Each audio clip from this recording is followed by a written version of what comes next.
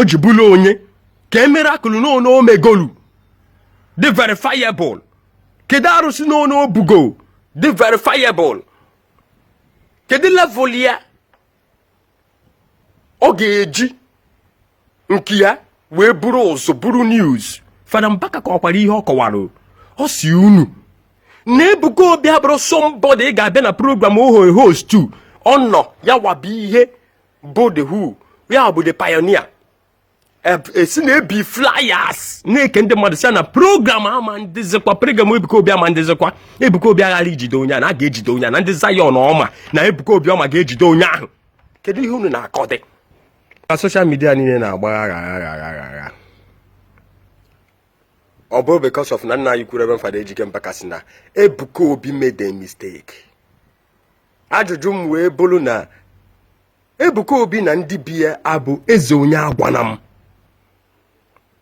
ọ akpọji aha afa akpọ ya afa gị na-eme ha ka na-aghọla okwu oge emere preaching kwuo okwu gbasara onye ọbụla ya bụziela oge ekwuru okwu kpọ ha afa. What do you expect?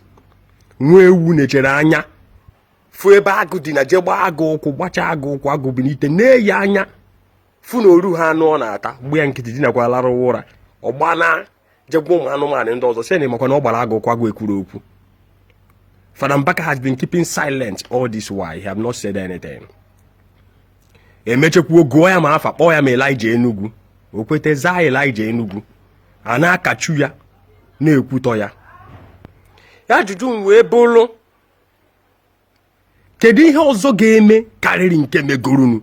Anọrọ m ebe Ezugo Global na ije ụwa na-asịtọsi ọnụ. Ezugo Global wee na-asị na ọ bụ na Ebuka Obi tibu picture Father Mbaka wee climb bụọ ka ewepụ the picture gịnị wee mee. Ọ climb go bụ na ọ climb go onye gafee osi ogwe gbajie ọ dị ka onye si n'aka mmadụ wee bụrụ gọvanọ ọ bụrụ gọvanọ ọ bụgo gọvanọ sọsọ onye mfo gọọmenti ya dịwu interrupted was Fubara governor of Rivers State ka nwunye ike gosi na ọkwa m tii gị n'oche a m ga-shake ukwe gị. Ebuka Obi rigolu Father Mbaka si gị jiri wayo that he loves you and love all the Zionites, that 95% of the Zionites are adorers. Check in my previous video niile ekwuchara m ihe a na mbụ. Ebuka Obi si na Adoration Ministry Lagos branch wee bịa na fight tooth and nail. I remember one day, those days, Ebuka Obi, I was standing, Ebuka Obi was telling somebody, if only this man of God can touch me, I want him to touch me. If only this man of God can touch me. Man of God want to touch his yegi. And Father Mbaka bịakwa narrate kwa okwukwe ya na-esi ho na washing of feet. N'ihe Holy Communion, eme impartation of power. Anụ nke ije ụwa na-asị eri agba na-akọ eri wee na-asị no ya wagoziri Ebuka Obi, no ya mere Ebuka Obi impartation of power, no ya mere Ebuka Obi ordain. Ịmakwa ihe bụ ime mmadụ ordain. Rev Father were right ime layman ordain. Asị unu gaa school. Iwe nkwe gaa school ị na-akwanye na school na n'ime street na-eyeli oruzi oge ego ga-aga narị gị esi na mmadụ ibe gị mee gị na-akọ ọgwụ ma ọ na-akọ gị nsi. Ịmakwa ihe bụ ime mmadụ ordain. Ebe ka Father Mbaka nọ mee Ebuka Obi ordain. Did Father Mbaka ordain the Ebuka Obi? Ebuka Obi ebi kaadị gwu na ọ na-eme ordination.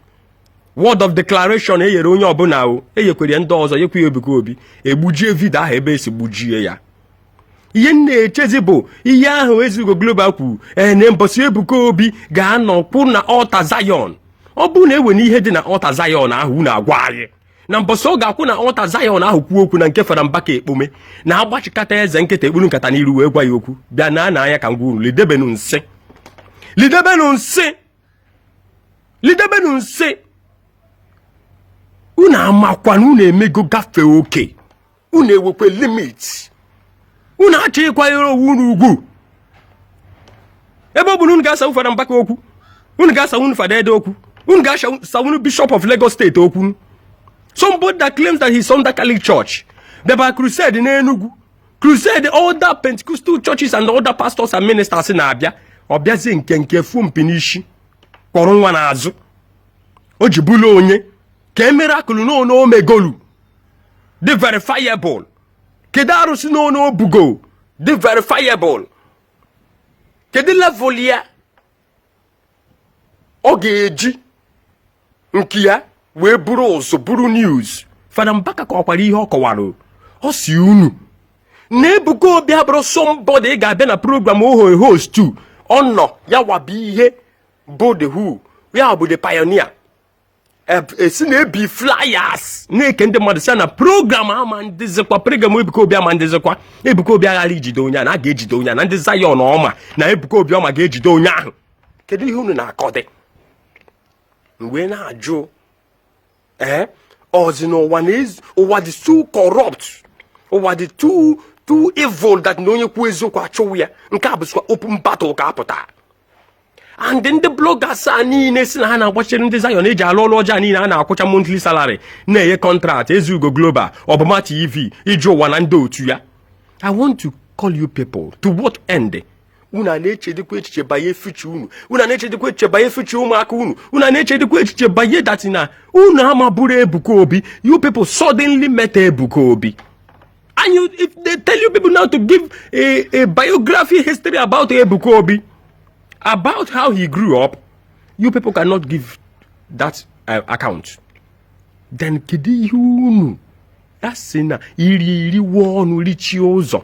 Unu got to understand fu ebe ejima Ebuka Obi na-ebi Obama TV ego for job well done.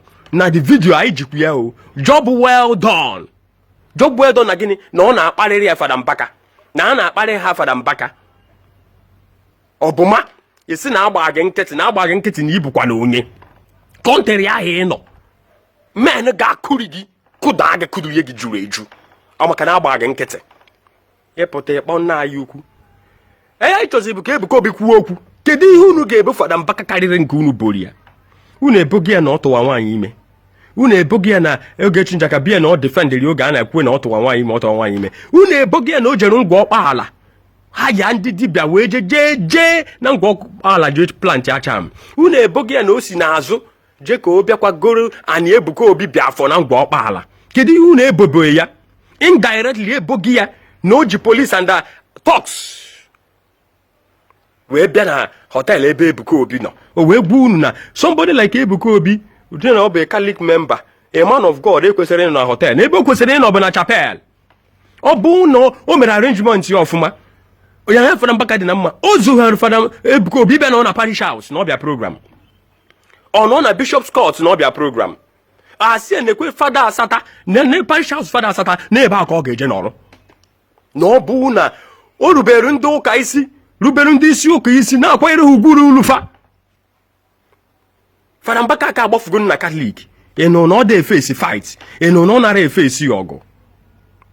Achekwe na I man unu ga-abịa with insult. That has always been you people. Ozugbo a ga-afụ the video, you na-abịa bụ every Wednesday, every Friday, every Sunday. Ka unu malụ nke o kwuru. So that you people will pick up from there. Ego unu. Ego a niile unu na-analụ. Wee na-akparị Father Mbaka. Echi nwa gị kọrọwa nsị tinyewe n'ọnụ. Ma ịzụsi ya ya ọwa ofu akati koro na ofu ogori, seri Igbo, sori drọgụ, ma o mere ofu one or two useless in gaba. Esi na ịmarakwa na-ewe onye imelu, na-ewekwa onye ịkparị, na-ewe onye imejọrọ. Unu nụkwa ka unu ikwu Father Mbaka n'onwe ya na-ekwu that Father Mbaka he knows forgives, but mmụọ na-ejere ozi ọ na-agbara odibo nwere ike sị okay you forgive go na ya wa man forgive ọpụọ njem. Ebuka Obi has so much polluted Christianity to a point. Father Mbaka sị gị n'ọbụ megidego omume na ụfọdụ ihe mata ya asị na-ekwu dịka eziokwu. Ezugo Global emeghe eme nwewu m ụzọ ọba egbe kamera on kwueliwe tairiwa si tọwa ọnụ maka na iwere okwu ifuru okwu iyi ekwu ọ bụ ma nọrọ ebe nke ọ nọ na-akpọ Father Mbaka iyi na-akparị Father Mbaka ije ụwa nọrọ ebe nke ọ nọ na-aka eri. Unu si na unu bụ Zionites, anti-Zionites, criminals, ndị oshi. Program a eme n'Enugu Ezugo afọ gị ebe ahụ nke 100 days emechi na ngwa ọkpala Ezugo Global afọ gị ebe ahụ ije ụwa afọ gị ebe ahụ afọ gị na nke Enugu ije ụwa ọbụma afọ gị na the programs. All these things gosi na ewe ọlụ ezili unu na-alụ na-adịrọ mma. Mbọsị a ga-akwụsị iyi unu ego a kedu ihe unu ga-emezi? Will you people still stand with him, or will you people be against him? That is what I want to know. Iya Ebuka Obi ga-ekwukene ga-akwụ na altar. Nke nke Oziebu Governor Eziokwu Okocha. Governor Eziokwu is still regretting it up to date. Nke J-Park kwuru, J-Park is still regretting it up to date. Ogechi Njaka kenkia how far? Kedu ihe ọzọ ọ ga-ekwu? No, Peter Obi bịa ọnabacha ekpere Father Mbaka call wee bịa from Umuchi wee mene kpọcha ma time wee bịa to Ebuka this and that. Ebuka oge ị bịara Enugu, oge ị na-abịa for Father Mbaka to touch you, for you to see Father Mbaka. Father Mbaka achọpụrụ gị. Or Father Mbaka nabata gị. Time without time you called him your spiritual father, your spiritual mentor. Father Mbaka no under Kali Church. Father Mbaka no under a bishop. He's a reverend father. For crying out loud. He's not a bishop. Even if he's a bishop of a diocese, Father Mbaka, he will write. He just picture Father Mbaka. Father Mbaka is not God. He just feed the picture of Father Mbaka when they minister again. Why not your own picture?